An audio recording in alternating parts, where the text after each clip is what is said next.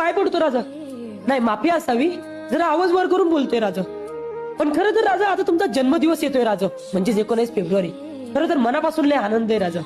पण राजा तुमच्या आमच्यावर एवढे उपकार आहेत ना की वर्षाचे 365 दिवस सुद्धा तुमचा जन्मदिवस साजरा केला ना राजा, तरी तुमचे उपकार कधी भेटणार नाही राजा.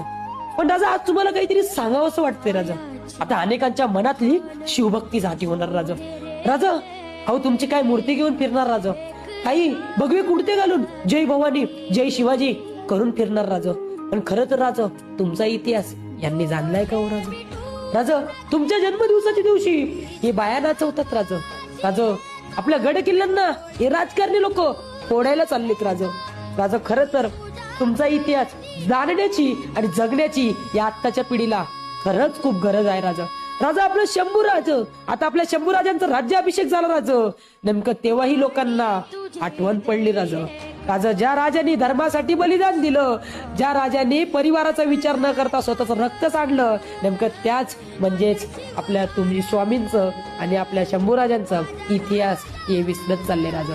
पण राजा मला मुळातच तुम्हाला एक सांगायचंय राजा की अशा लोकांना अत्तल घडवण्यासाठी पुन्हा एकदा तुम्ही जिजाऊंचाशी उभा पाहिजे राजा. तुम्ही एकदा जिजाऊंचाशी उभा पाहिजे राजा. आणि हा या 19 फेब्रुवारी करलं तरी चालेल राजा, पण आपल्या सह्याद्रीच्या गड किल्ल्यांवर